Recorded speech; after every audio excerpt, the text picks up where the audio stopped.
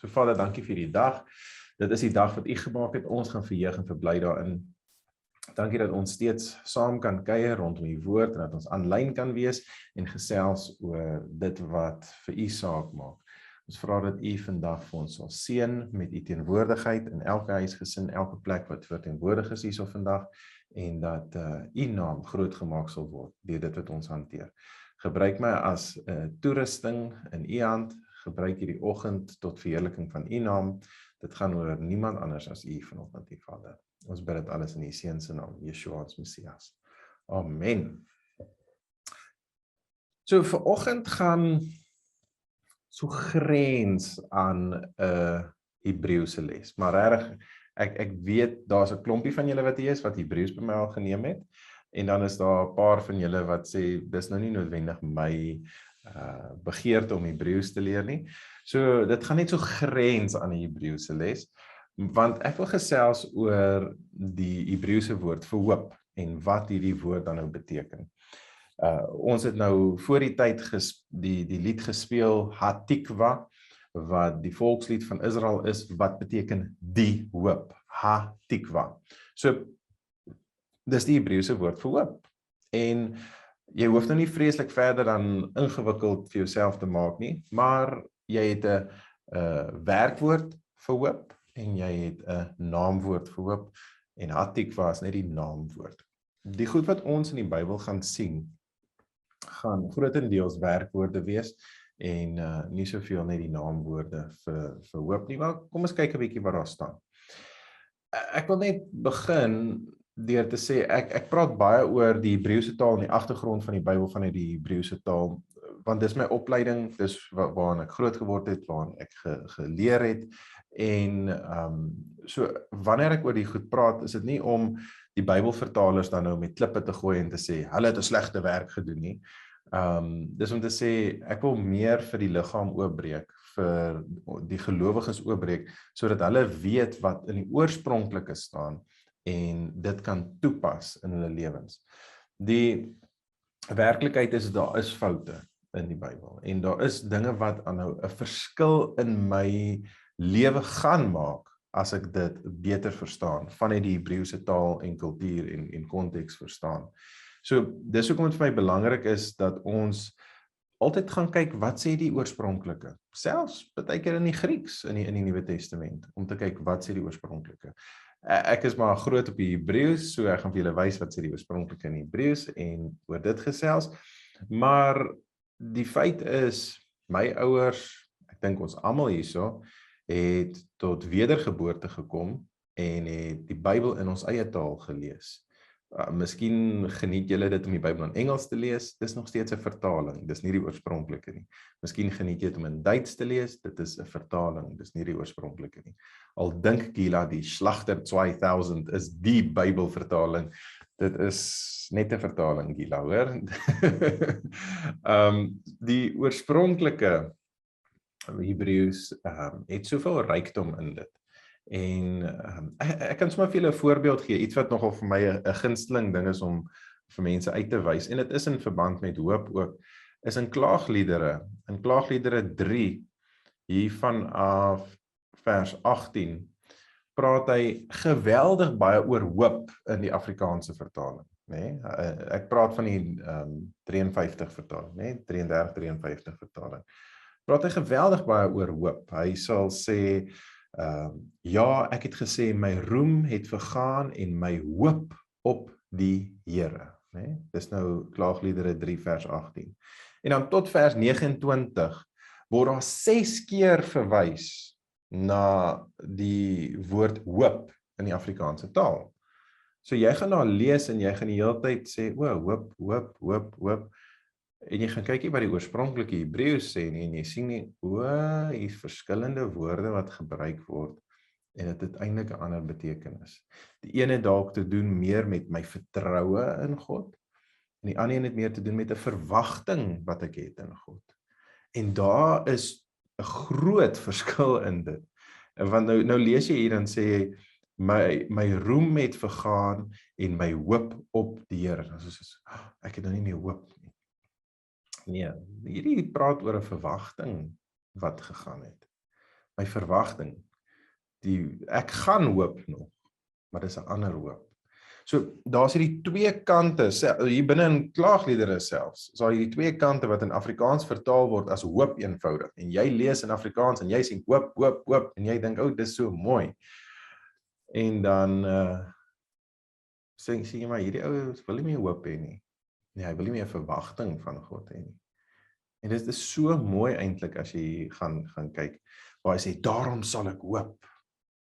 Dit is 'n vertroue wat ek in God gaan hê. Gaan lees net daai stuk en jy sien 'n klomp keer hoop in Afrikaans en dan sê jy hierdie vertaling is besig om my te mislei eintlik. Want hy's nie besig om vir my die werklikheid oor te dra van wat hier staan nie. En as ons aangaan in hierdie stuk, dan sien jy tot vers 29. Laat hy sy mond in die stof steek, miskien is daar hoop. Daar is tikwa. Daar is 'n vertroue wat ons in God kan hê. Maar hierdie om 'n verwagting van God te hê, om amper vir God te wil voorsê, dis nie ons werk nie.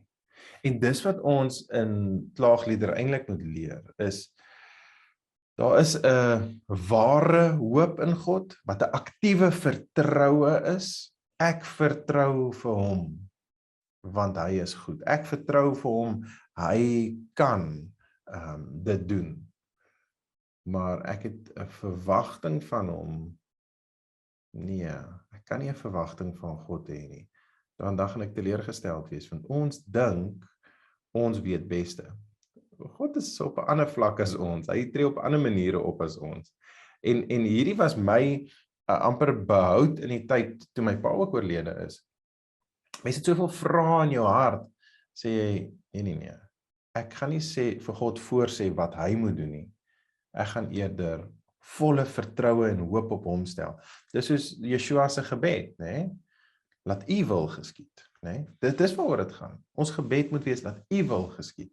Nee, doen asseblief wat ek sê, want ek is u kind.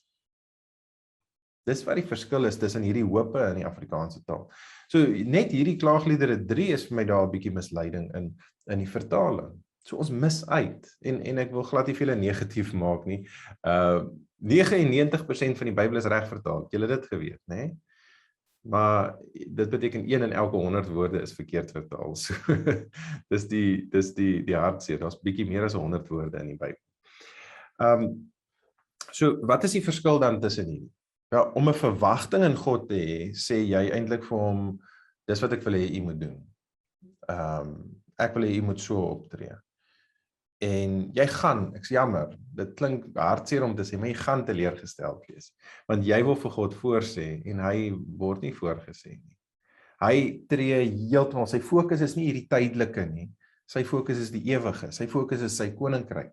Sy fokus is nie noodwendig die nitty-gritty nie. Ja, ek het al gesien hoe hy in die kleinste en die fynste wonderwerke doen wat vir my pragtig is en wonderlik is. Maar sy fokus is op die ewige. So wanneer ek kom met die verwagting van hierdie is hoe hy dinge moet doen, dan gaan ek teleurgesteld wees.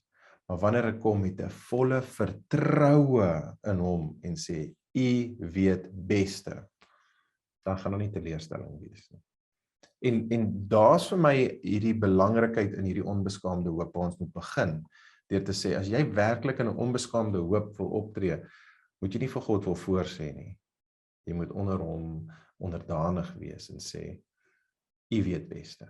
Ek vertrou vir u. U weet wat moet gebeur en wat nie moet gebeur nie. So ek moet eerder hierdie vertroue hê, en daai hoop beteken, hy weet beter as ek. En maak nie saak wat gebeur nie, jy sal aanvaar wat hy in jou lewe laat gebeur. Ons het gebid al, dat hy alles ten goeie mee laat uitwerk vir die wat hom lief het, né? Ek het vir ons gebid gisteraand vir dit. Dis waaroor daai hoop gaan. Ek het vir hom lief, hy het vir my lief, ek vertrou hom, hy sal alles ten goeie mee laat uitwerk. En ek het al gehoor mense sê, dis 'n tipe van 'n lafaardsgebed van, as jy dan net bid, laat u wil maar geskied, dan sê ek, nee, dis nie 'n lafaardsgebed nie, dis wat Yeshua self gebid het, laat u wil geskied. Ja, daar's kere wat die Vader vir hom gewys het, maak modder met jou spoeg en laat hierdie persoon se blindheid genees word. Daar's kere wat die Vader vir hom gewys het, spoeg in hierdie ou se oë en laat hy gesond word. Daar's kere wat die Vader vir hom gewys het, sê net vir die ou hy's genees en hy's genees, want sy geloof het hom gered. Maar dis elke keer die Vader wat vir hom dit kom sê het. Dis nie hy wat uit homself uit opgetree het. En dit sê hy vir Filippus, né? As julle my gesien het, het julle die Vader gesien. Hy kom sê, die seun kan niks uit homself uit doen nie, alleenlik dit wat hy die Vader sien doen. So Yeshua het op hierdie tipe hoop opgetree, hierdie tipe vertroue opgetree. Nee, ek hoop dat die Vader nou sal alles doen wat ek verwag nie. Ek's jammer, dis hoekom daar soveel teleurstelling ook is. Hoekom mense nie kry wat hulle voorbid nie, want hulle het hierdie idee dat God moet voorgesê word. En dis vir my baie hartseer, en ek weet, dis waarvoor ek begin het vanoggend ook, waar ek sê, hierdie is nie 'n baie bekende of populêre boodskap nie, hierdie is nie 'n boodskap wat mense wil hoor nie, want hulle wil hoor, vra net wat jy wil en jy sal dit ontvang. Daai wat in Johannes staan, gaan nie oor net jou eie fisiese welstand en dat jy moet hê wat jy wil hê nie. Dit is nie waaroor dit gaan nie. So, wat is hierdie vertroue en hoop? So, vertroue en hoop binne in die Hebreëse taal is eintlik maar hand aan hand. Dis hierdie tikwa. As jy hoop in God het jy vertroue in hom.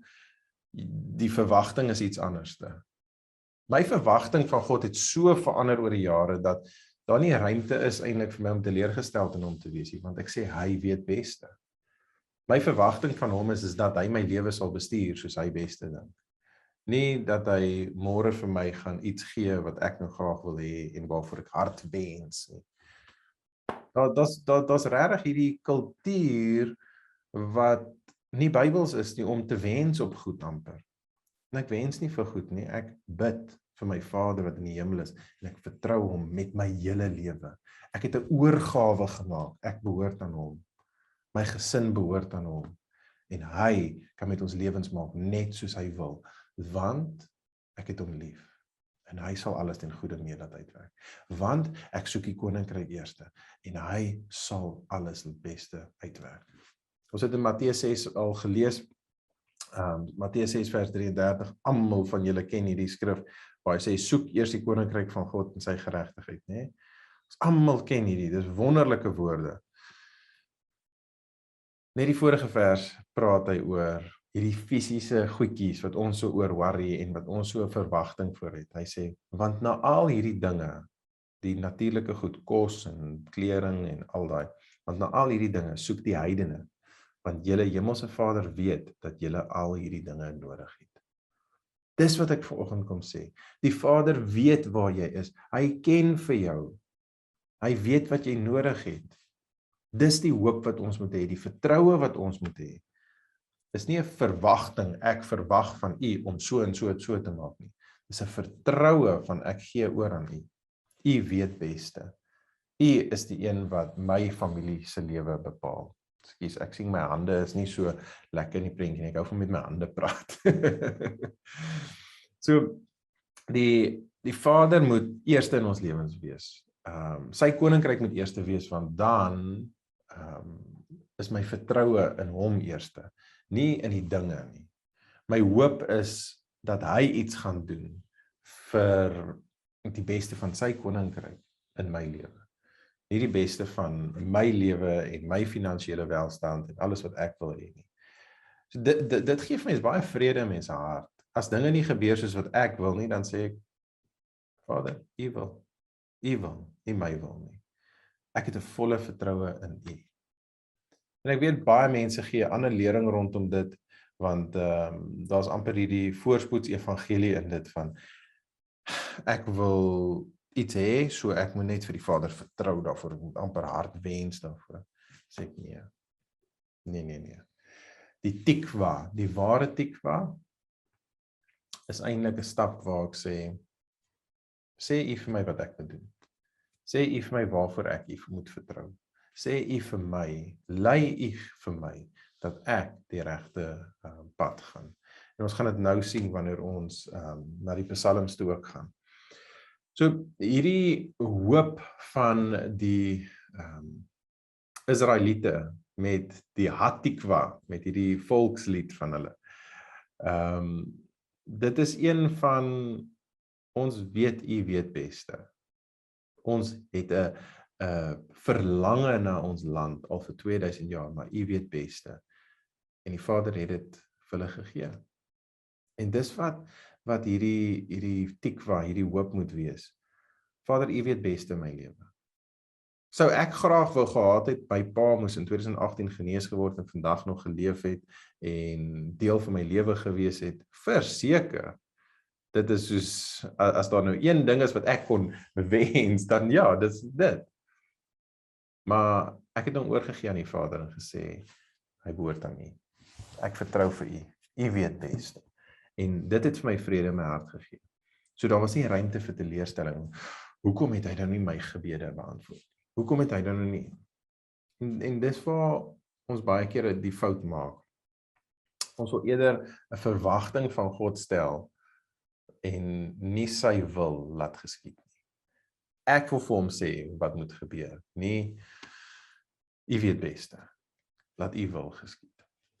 So hierdie is vir my belangrik dat ons op dit fokus om te besef die Hebreëse woord, hierdie tikwa, gaan om nie 'n verwagting van God te hê nie, maar 'n vertroue in hom. En 'n vertroue in hom is bietjie ietsie anders as 'n verwagting in hom. Ek kan verwag dat hy goed is, verseker, hy is goed. Maar ek praat van in die kleinere goed. Nou het ek 'n verwagting, hy gaan so maak. 'n verwagting, hy gaan so maak. En hy doen dit nie, dan is ek teleurgesteld en hoekom gebeur dit dan nou nie so nie. Maar vertroue in hom dat hy die beste weet. Ek het 'n vertroue in hom dat hy my lewe sal laat uitwerk, my kinders sal help grootmaak, dat hy vir my en my vrou sal wysheid, insig en kennis gee hoe ons dit moet doen. Ek het 'n vertroue daarin. En ja, ek weet daar's so naby aan mekaar tussen 'n vertroue en 'n verwagting. Dit is so amper jy maak jouself kwesbaar om seer te kry wanneer dit oorgaan van 'n vertroue na 'n verwagting toe. Maar dis iets wat ons moet bestuur in ons eie harte. Anders kan ons sê, maar Vader, u het nie gedoen wat ek vertrou het voor nie. Sê ek nee. Die Vader het nie gedoen wat jy verwag het nie. Jy moet volle vertroue in hom hê elke dag. Okay, terug by die vertaling. Net so mooi soos wat die Afrikaans in klaagliedere 6 keer die woord hoop het, so is daar dieselfde woorde wat gebruik word in klaagliedere vir hoop, word baie keer net vertaal as iets anders. Dis gaan my verstand te bowe. Ek is ek's baie daar so 'n bietjie negatief wanneer ek sien wat die oorspronklike sê en wat die Afrikaans sê, dan dink ek ons is besig om vir mense te mislei met van hierdie vertalings. En weer eens, ons almal het tot wedergeboorte gekom met 'n vertaling, met 'n Bybel in ons blad waar ons kan dit dan lees, maar ons moet maar kyk wat die oorspronklike sê. En een wat vir my groot is rondom die hoop in die Bybel, onthou vandag gaan oor die woord, die Hebreëse woord vir hoop, is in Jesaja 40 vers 31. Hierdie is vir my soos 'n groot, spesiaal in die Afrikaanse vertaling. Dit hang af watter Engelse vertaling jy lees. As jy Engels lees, daar gebruik hy nog die regte woord baie keer. Maar ek dink baie van julle het al Jesaja 40 vers 31 gekry as 'n seën of iets wat iemand vir julle 'n boodskapie stuur en sê, jy moet net wag op die Here, nê? En hy sal vir jou krag gee. Die Afrikaans in Jesaja 40 vers 31 sê, maar die wat op die Here wag, kry nuwe krag. Hulle vaar op met vleuels soos die arende, hulle hardloop en word nie moeg nie, hulle wandel en word nie mat nie. Dit klink mos nou lekker, né? So ons moet net wag op die Here. En hy sal hierdie dinge doen. So as ons wag, dan kry ons nuwe krag. Die oorspronklike Hebreëse woord vir hierdie wag is dieselfde woord wat in klaagliedere gebruik word, dieselfde woord wat in die Psalms gebruik word, wat in meeste gevalle reg vertaal word as hoop. Dit is die tikwa in sy oorspronklike. As jy die moontlikheid het om Hebreëse Bybelverse te gaan kyk of om miskien die Bybel te vergelyk, die Afrikaans of die Engels met die Hebreëus, gaan kyk gerus. Daai woord wat hier gebruik word, sê nie wag nie. Hy sê nie om te wag nie. Hy sê om te hoop, om te vertrou. Nou Tiaan, hoekom is daar 'n verskil? Ek moet nou wag, ek moet stil sit. Nee. Vir die wat op die Here vertrou, maak 'n groot verskil. Vir die wat op die Here hoop, maak 'n groot verskil. As jy wag en jy sit op die bank, dan moet hy mos nou iets doen. Dan moet hy opdaag. Hy moet nou opdaag. Ek wag op hom. Maar as ek op hom vertrou, dan sit ek nie op die bank nie. As ek op hom vertrou, dan is ek besig om aktief iets te doen. En ek sê, hy is met my. Hy laat die beste gebeur. Hy gaan my pad lei. Dis wat hierdie Jesaja 40 vers 31 beteken. Nie om stil te sit. Daar is skrif in die Bybel. Daar is skrif in die Bybel wat sê, wag net 'n bietjie. Spesifiek in die Psalms is daar 'n wag ene. Maar dis 'n ander Hebreëse woord. Die woord wat hier gebruik word in Jesaja 40 is hoop op hom. Sit jou vertroue in hom en hy sal dan vir jou nuwe krag gee. Dink net gou bietjie logies vir 'n oomblik. As jy nou nie Hebreëus kan gaan lees of so nie. Jy kort nie krag as jy wag nie. Jy kort krag as jy doen. As jy net stil sit en niks doen nie, hy gaan vir jou krag gee. Nee. Wanneer jy besig is om te doen, dan gee hy vir jou krag.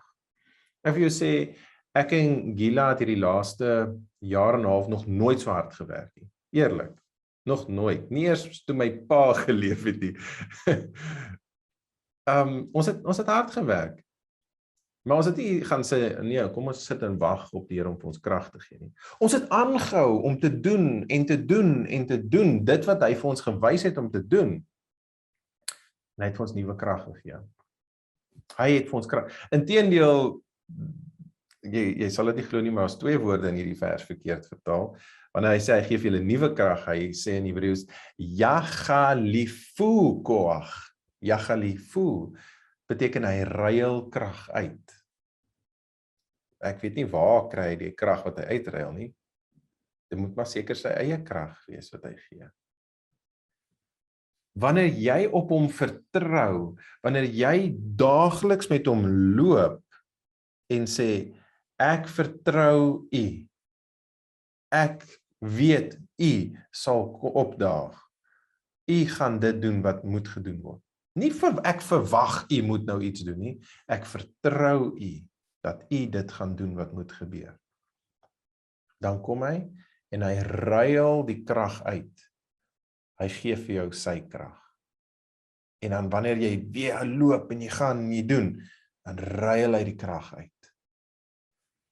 En dis wat die vertroue in die Vader veroorsaak. Nou hierdie Jesaja 40 is vir die Israeliete geskryf. Toe hulle regtig, hulle het krag nodig gehad, maar hulle was nie besig om stil te sit nie. Hulle was besig om dinge te doen. Hardloop en word nie moeg nie. Wandel en word nie mat nie. Besig om iets te doen, nie op die bank te sit en te sê, Vader, U moet nou opdaag. Ja. As jy vir my sê, maar ek weet nie wat die Vader wil hê van my nie, so ek wag op hom, dan kan ons 'n persoonlike afspraak hê en ek kan vir jou sê wat die Vader wil hê van jou. En dit klink nou baie hoogmoedig, maar in Korintiërs sê hy dat jy is 'n nuwe skepsel, jy het 'n bediening van versoening gekry, jy moet mense met hom versoen. Dis wat hy wil hê van jou. Dis so eenvoudig soos wat dit is. Nou hoef ons nie meer daai persoonlike afspraak te hê nie. As jy sê jy weet nie wat hy wil hê nie, so ek wag maar vir hom. Nee, gaan en vertrou hom om vir jou die wysheid, die insig, die kennis te gee. Toe ek begin het in bediening, wanneer is dit, 12 jaar terug, 13 jaar terug, toe het ek nie 'n klou gehad wat ek mee besig is nie. Ek het my pa maar altyd gekyk en gesien, ek het groot geword in 'n huis en gesien, my pa doen dit so en doen dit so, maar ek het nie besef wat dit behels ten volle nie.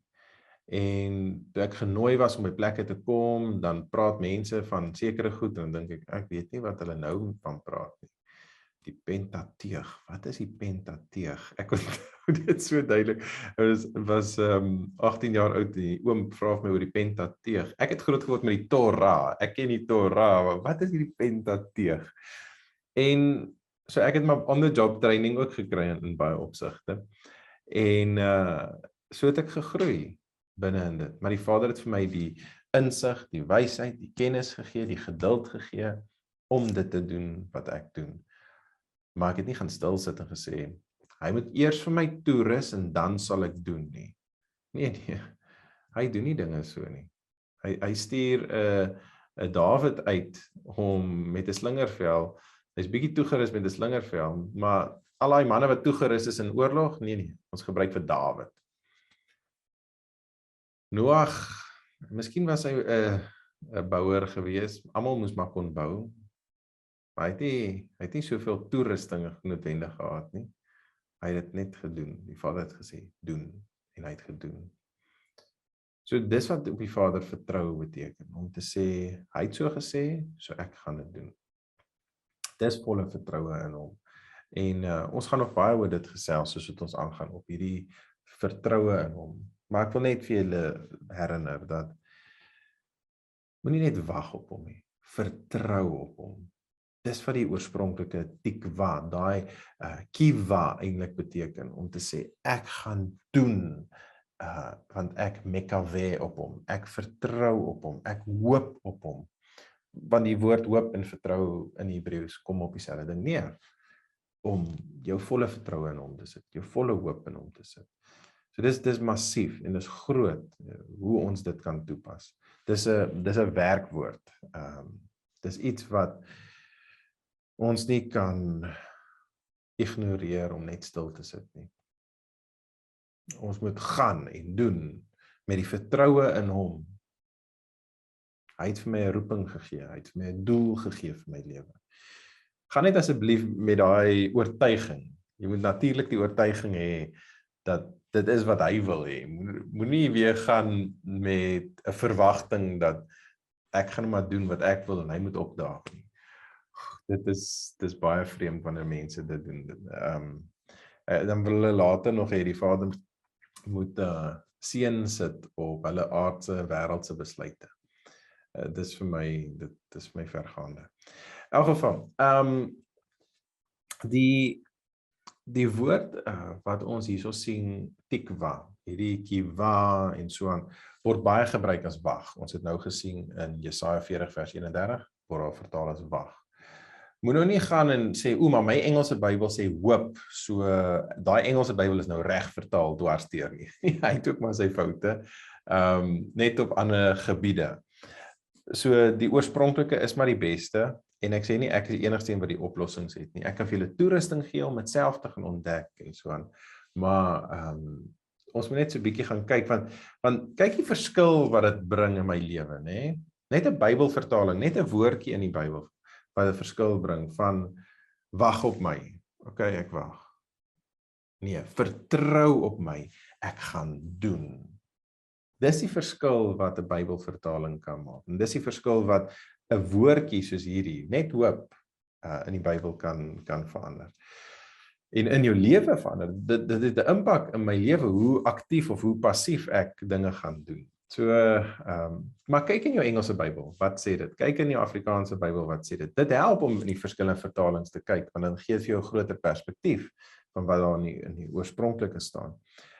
In party verse in die Bybel staan daar nie wag nie, maar verwag. Dan sê ek soos, nee asseblief, dis wat ek nie wil hê mense moet doen nie. Moenie 'n verwagting hê dat God gaan dinge so doen nie. Vertrou hom. In die Psalms staan dit so. Ek verwag, ek het 'n verwagting. In die Afrikaans dink ek, Dawid, hy rol in sy graf om as hy weet dis hoe hierdie vertaal is.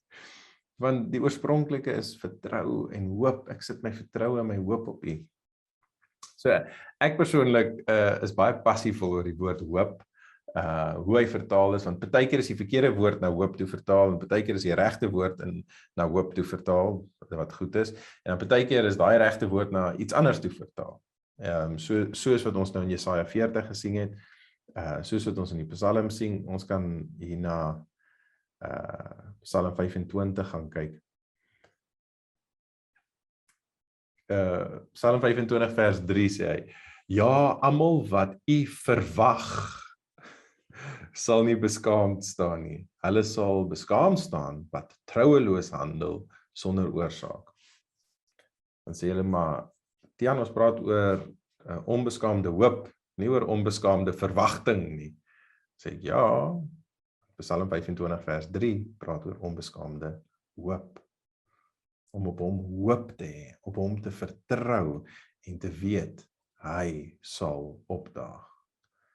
Dis die onbeskaamde hoop, nie onbeskaamde verwagting. Onbeskaamde verwagting is, ek verwag, hy gaan nou vir my dit, dat in die volgende gee, en as hy dit nie doen nie, dan gaan ek ook nie skaam wees nie, want eintlik moes hy dit gedoen het, want ek het dit verwag. Ekskuus, ek gebruik die ekstreme en ek is bietjie erg oor dit, want voel mense wil vir God voorsê. En ons Hemelse Vader, hy is in 'n ander dimensie as ons. Hy is in die ewigheidsbedryf, in die koninkryksbedryf, nie in die welstandsevangelie nie.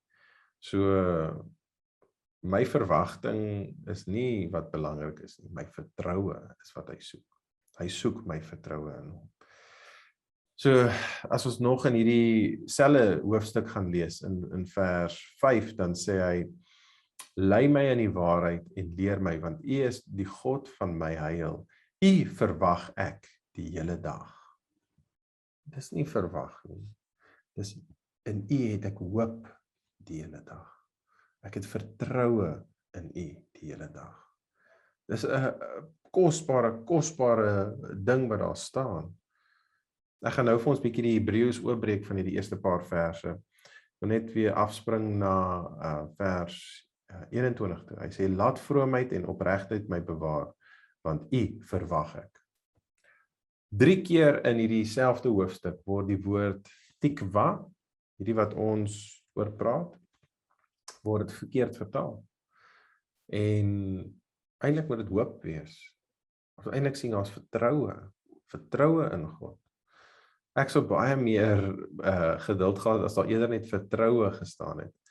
Maar hierdie, soos om 'n kat se hare verkeerde kant toe op te vryf, dit voel nie lekker wat daar staan nie. Want dis nie wat die oorspronklike sê nie, dis nie wat die hart van die skrywer is hierson nie.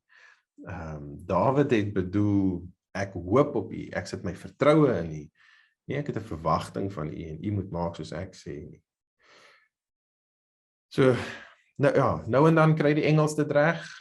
Eintlik, ek het nie gekyk wat die Engels in hierdie geval sê nie, soos die New King James. Daar sê hy nou weer wag. Hy sê, vir die wat wag op U sal nie beskaam wees nie. Maar dit hang af watter vertaling jy lees. Daar is vertalings wat dit ook reg vertaal, so dit hang maar af van jou vertaling, maar die oorspronklike gaan sê hoop. Okay, so ek wil graag dan gou hierso kyk hoe hierdie stuk veronderstel is om vir ons te klink. So hy praat oor hierdie verwagting wat eintlik dan 'n hoop is. En so ek wil net daai eerste stukkie van Psalm 25 lees wat gaan nou oor die hoop. Hy sê van vers 2 af, my God, op U vertrou ek. Wow, daar gebruik hy vertrou, maar dit is nie die woord wat in die Hebreëus as vertrou gebruik moet word nie. Ek gaan nou vir julle sê wat dit moet sê. Laat my nie beskaamd staan nie. Laat my vyande oor my nie juig nie. Ja, almal wat U verwag, soos ons nou weet, sal nie beskaamd staan nie. Hulle sal beskaamd staan wat troueloos handel sonder oorsaak. Van vers 4. Here, maak my U weë bekend, leer my U paaie. Ons het eintlik hierdie vers 4 al hanteer in die Hebreëse klasse. As julle dalk onthou van julle was daar gewees waar hy sê, Deragecha Yodevave Odieni, Orgotecha Lamdeni. Miskien onthou julle daai vers. Die Afrikaans moet eerder so klink. Hier waar hy sê vertrou in vers 2 moet anders wees, wat hy in vers 3 sê ook so bietjie anders. En ek is nie besig om 'n kursus oor Bybelvertaling aan te bied nie. Dit gaan oor hoop, maar ons moet verstaan wat die oorspronklike sê. Psalm 25 vers 2 sê, my God, op U vertrou ek. Dis wat daar staan. Maar as jy die oorspronklike kyk, dan sit die woord betag. Nou, batagti in die geval beteken, ek vind my sekuriteit in U. Dis baie kosbaar. My God, op U vind ek my veiligheid, my sekuriteit. Laat my nie beskaam staan nie.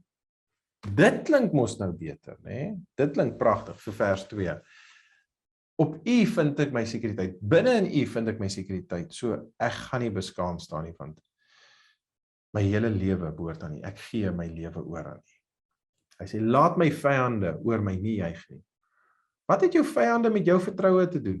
Nee, jou vyande het met jou sekuriteit iets te doen. Jou vyande kan niks aan jou doen nie, want jy vind jou sekuriteit in hom. Dan vers 3. Ja, almal wat U verwag. Nee. Almal wat op U vertrou, almal wat U hoop, sal nie beskaam staan nie. Hulle sal beskaam staan wat troueloos handel sonder oorsaak. OK, so wat beteken dit dan om vir God te vertrou? Wat beteken dit om dan nou hierdie te doen? Lees net die volgende vers. Hy gee eintlik vir jou klaar die antwoord hier, so hy sê, hulle sal beskaam staan wat troueloos handel sonder oorsaak. So die wat troueloos handel, is die wat beskaamd sal wees, maar die wat op hom vertrou, sal nie beskaamd wees nie. So wat beteken dit om nie troueloos te handel nie? Lees die volgende vers. Here, maak my U weë bekend. Leer my U paaie. Dis waaroor dit gaan. Ek vertrou U. Ek sit my volle vertroue in U. Eerste, Psalm 2, my sekuriteit lê in U. My vyande kan niks doen aan my nie. Hulle gaan nie oor my juig nie. Vers 2, ek vertrou in U. Ons wat op U ons vertroue sit, ons hoop sit, ons sal nie beskaam staan nie. Die wat nie in U weë wandel nie, wat troueloos handel, hulle sal beskaam staan. Maar leer vir ons asseblief, leer vir ons hoe U wil hê ons moet handel. Leer vir ons U paaie.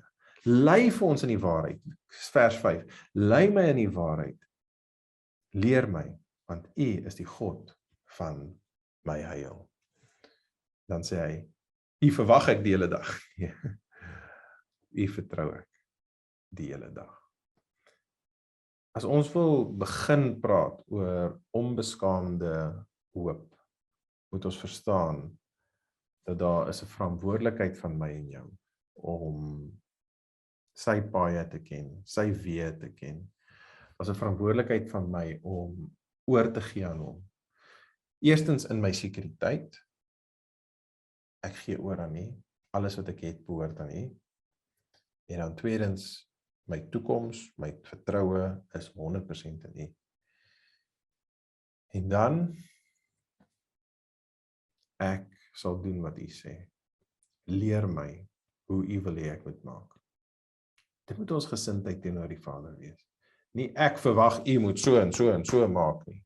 En as U nie so gemaak het, dan gaan ek teleurgesteld wees. Het julle al ooit gebid en gesê, Vader, ek is teleurgesteld? Het julle nog nie so gebid nie? Ek het al so gebid. Ek het gesê, Vader, ek is baie teleurgesteld, want ek het hierdie verwagting gehad. En so het ek gegroei in om te besef, my verwagting gaan baie keer teleurgesteld wees. Daar gaan baie teleurstelling wees wanneer ek sulke tipe verwagtinge het. Want ek sit nie my vertroue in God nie. Ek het 'n verwagting dat hy moet dinge doen soos wat ek wil hê hy moet dinge doen. So hierdie van Psalm 25 waar ons praat oor onbeskaamde hoop. Dis om te sê, ek vertrou U met my hele lewe, so leer my U weë, wys my U paaie, en lei my in hierdie waarheid, dat ek dit kan doen. Nie dat ek dit net kan weet nie, dat ek dit kan doen. Ek vertrou U, so ek gaan en dit doen. En wat gaan gebeur? U gaan vir my die krag gee. U gaan vir my die krag gee wat ek nodig het. U gaan vir my wys waartoe ek moet gaan, wat ek moet volg en doen. Dis waaroor hoop gaan. Nie stil sit nie. Hoop is nie 'n passiewe ding nie. Hoop is 'n aktiewe ding om te gaan en te doen wat hy vir jou wys, om sy paaie te volg, om in sy waarheid te wandel, om ander te vertel van hom. Want onthou, as jy 'n verwagting het van hom, en hierdie is die kern, hierdie is die belangrike ding om vandag te hoor. As jy 'n verwagting het van God wat nie van hom afkom nie, dan gaan daar teleurstelling wees en daar gaan skaamheid wees. Ek kan vir julle sê, ek verwag, ek het hierdie mooi geloof, hy gaan dit doen, en dan doen hy dit nie, dan is daar skaamheid. Maar wanneer ek vertroue in hom het, want dit is wat hy vir my wys om te doen, hy het vir my sy paaie gewys, hy het vir my geleer, en ek vertel vir julle, die Vader wys vir my, ons moet so maak, ons moet in eenheid wandel, byvoorbeeld, dis wat die woord sê, né? Daar sal nie skaamte wees nie, dit sal onbeskaamde hoop en vertroue wees. En dis die ding wat ek vandag wil oordra, van hierdie Hebreëse taal, jy kan nie 'n verwagting op God stel, wat nie van hom af is nie. Jy moet 'n vertroue in hom hê, dat hy beter weet as jy, dat hy die God van die heelal is, en dat partykeer moet jy jou eie dinge neerlê, en luister wat hy sê. Nie net partykeer nie, eintlik altyd, nê. Ek wil dit nou net probeer sagter stel, nee, altyd moet ons eie dinge neerlê. Hy moet vir ons sy paaie wys. Ons vind ons sekuriteit in hom, ons vind ons vertroue in hom, hy lei ons weer. Die voetstappe van 'n regverdige word gelei deur hom, né? Ons is vir hom lief, hy sal alles ten goeie mee laat uitwerk. Ons moet ons vertroue in hom stel. Ons kan nie troueloos handel nie. Dan kom daar hierdie skaamte. Dis wat hy in Psalm 25 vers 3 sê. Hulle sal beskaamd staan wat troueloos handel sonder oorsaak. Dis nie ek nie, dis nie ek wat troueloos handel nie. Wat beteken dit om troueloos te handel? Dis om nie jou volle vertroue in hom te sit nie. Dis nie om in sy weë te wandel nie. Dis om eintlik te wil sê, ek het die antwoorde, ek sal doen soos wat ek wil. Nee, ons moet sê, ek gaan doen soos wat hy wil. So daai klaagliedere wat ons mee begin het, is vir my so spesiaal. Goed is die Here vir die wat op hom hoop en hom soek. Gaan lees klaagliedere 3 vers 25 waar hy sê, goed is Jod-Heh-Wah-Weh vir die wat op hom hoop en hom soek. Daar is 'n spesiale ding wat gebeur wanneer jy hierdie oorgawe maak en sê, het gaan nie oor myself, het gaan oor u koninkryk. Ek soek u eerste, ek vertrou u eerste. Dan sê hy is goed vir jou, wanneer jy jou hele hoop in hom stel, wanneer jy jou hele vertroue in hom stel, daai tikwa in hom sit, en hom soek, hy is goed daarvoor. Dit is 'n vertroue hoop, nie 'n verwagting hoop nie, dis 'n oorgawe hoop, nie 'n ek wil my dinge hê hoop nie.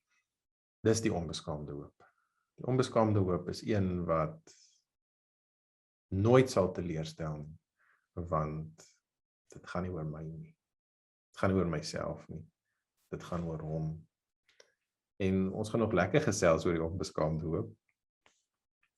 Maar God is goed teenoor die wat vir hom onvoorwaardelik vertrou. Dis eintlik wat daar staan. Onvoorwaardelik. Dinge gebeur rondom ons wat vir ons self sleg is, wat ons dink hierdie is nie reg nie. Hy sal alles ten goeie mee laat uitwerk vir die wat hom liefhet. Het jy daai tipe vertroue in hom?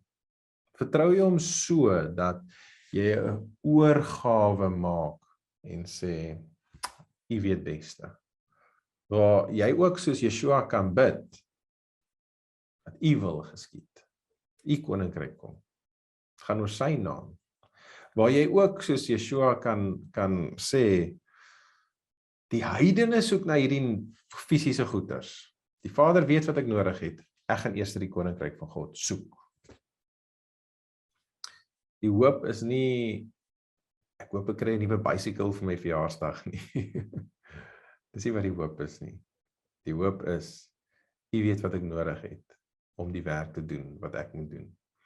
En as ek voel, ek raak moeg, U ruil my krag uit. U gee vir my die krag. Ek kan nie vir julle sê hoeveel keer in die Bybel is die woord hoop, hierdie tikwa, gekoppel aan krag nie. Dit is amazing as jy na die oorspronklike gaan kyk, hoe baie is dit gekoppel dat as ek die hoop in God het, die vertroue in hom, dan gee hy vir my die krag. As ek die hoop het, dan gee hy vir my die krag.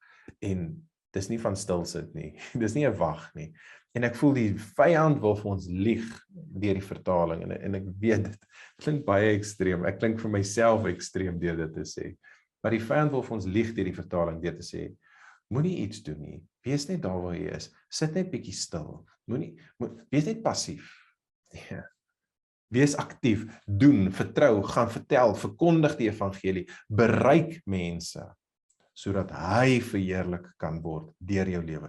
Vertrou hom op die pad. Dit lyk nie dinge gaan uitwerk nie, maar vertrou hom op die pad dat hy sal alles ten goeie mee laat uitwerk.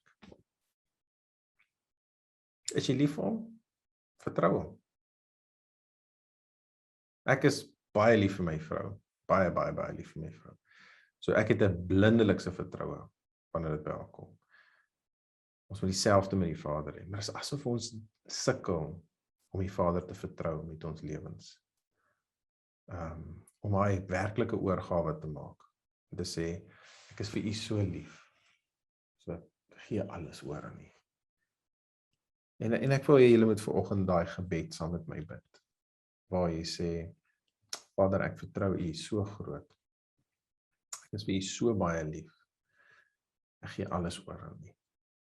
Maak nie saak wat môre gebeur nie. Yeshua sê ons kan nie kwel oor môre nie. Ons kan nie ons bekommer oor môre nie.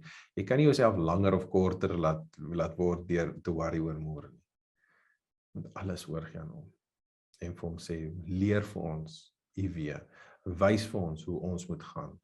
Dat ons kan trou in u wandel. Nie troueloos nie. Dat ons kan nie beskaamd staan nie. Ons gaan nog by al die skrif uitkom oor onbeskaamde hoop. Moenie worry nie, ek het nog niks vergeet nie. Maar dis wat ek vanoggend in julle harte wil kom deponeer, en dis wat ek graag saam met julle wil bid. Ek dink ons almal het maar hier en daar bekommernisse in ons hart, né? Die Vader sê, gee oor aan my. Gee oor aan my, vertrou vir my. Kom ons bid. Vader, ons kom vanoggend voor u in soveel nederigheid. En ons eerstens kom sê, ja, maar daar waar ons 'n verwagting gehad het en 'n teleurstelling gehad het, want ons wil ons eie wil uitgeleef het. En ons het dit u skuld gemaak wanneer dinge nie uitwerk soos wat ons wil nie. Vader, ons kom vandag voor u en ons sê, ons vertrou vir u. Ons is vir u lief. Met ons hele hart. En ons vertrou vir u, dat u in ons lewens sal die beste doen vir u koninkryk. Dit gaan nie oor die beste vir onsself en dat ons net moet lekker hê nie. Dit gaan oor dat u naam groot gemaak sal word. Dat u wil geskied. Dat u koninkryk kom. Ons kom bid vanoggend dat u vir ons sal help deur die Gees. Dat u vir ons sal lei deur die Gees. Dat ons u paaie sal ken. Dat ons sal weet wat u verwag van ons. Soos dat ons nou in Psalm 25 ook gelees het. Leer vir ons u paaie. Wys vir ons u weë. Dat ons daarin kan wandel. Dat ons getrou aan u kan wees. Ons kom bid vanoggend dat ons onbeskaamde hoop sal hê. Ja, soos wat ons nog leer oor hierdie onbeskaamde hoop, dat ons sal meer van onsself neerlê en meer van u aanvaar. Meer van u ontvang. Dat ons sekuriteit, soos Dawid ook sê, ons sekuriteit in u sal vind. En dat ons vyande nie oor ons sal juig nie. Dankie Vader, dat ons soos kinders na u toe kan kom en ons volle vertroue in u sit. Dankie vir jou goedheid. Ek vra dat U in elke hart sal werk om herinner te word wanneer daai bekommernisse kom van môre en die dag daarna en wat sal gebeur, dat ons sê, nee, soek eers die koninkryk en vertrou op hom. Soek die koninkryk en vertrou op hom. Moenie passief wees nie. Doen jou deel, doen dit wat jy moet doen. Hy sal vir jou die krag gee. Dankie Vader, dat daai woord in elkeen se hart kom lê. Ons bid dit alles in die Seun se naam, Yeshua ons Messias. Amen.